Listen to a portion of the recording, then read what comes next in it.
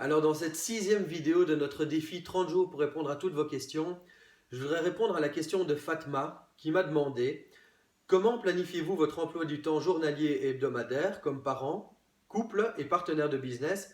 Et puis quel est le degré de discipline dans le respect de cet emploi du temps? Alors bonjour à tous, mon nom est Nicolas Devic, je suis entrepreneur, coach, conférencier et cofondateur de la communauté Mindstep. Alors pour ceux qui embarquent dans ce défi 30 jours là maintenant, le principe est très simple. Je me suis mis le défi de répondre à toutes vos questions pendant 30 jours à raison de une vidéo par jour.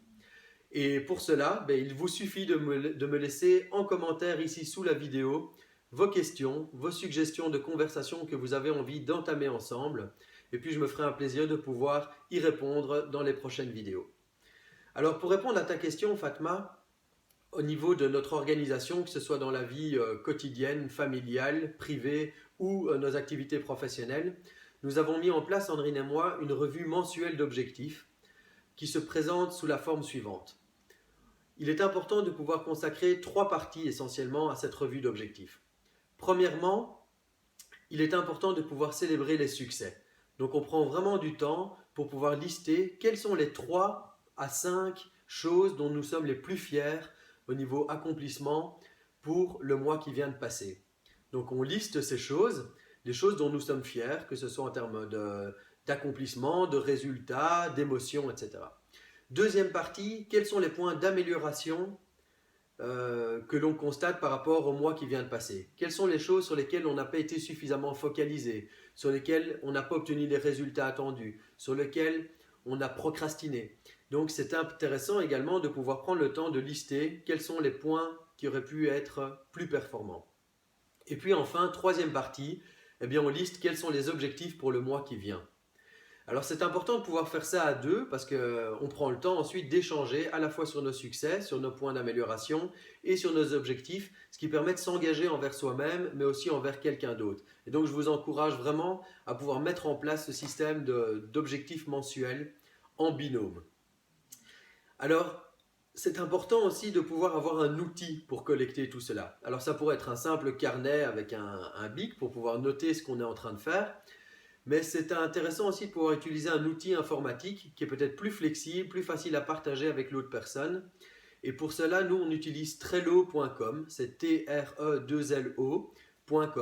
C'est un site web entièrement gratuit et un outil fantastique qui permet de créer comme des post-it digitaux sur un mur blanc et de pouvoir réorganiser ces post-it en actions à faire, en cours et réaliser. Et c'est vraiment un outil performant pour pouvoir entamer cette revue d'objectifs en ayant sous les yeux tout ce qu'on a fait ou pas fait le mois précédent. Alors pour terminer cette vidéo, Fatma et tous ceux qui nous écoutent, je pense qu'il est important aussi en termes de discipline, tu demandes avec quelle discipline est-ce qu'on respecte cet emploi du temps.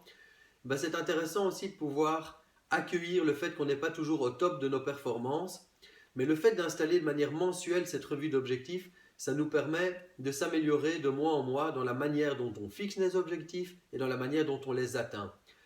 Je vais revenir sur le 4e accord Toltec qui dit faites toujours de votre mieux. Et pour Sandrine et moi, c'est vraiment important de pouvoir accueillir le fait qu'on n'est pas toujours dans l'exécution de manière optimale, qu'il y a des mois qui sont un peu plus au ralenti que d'autres.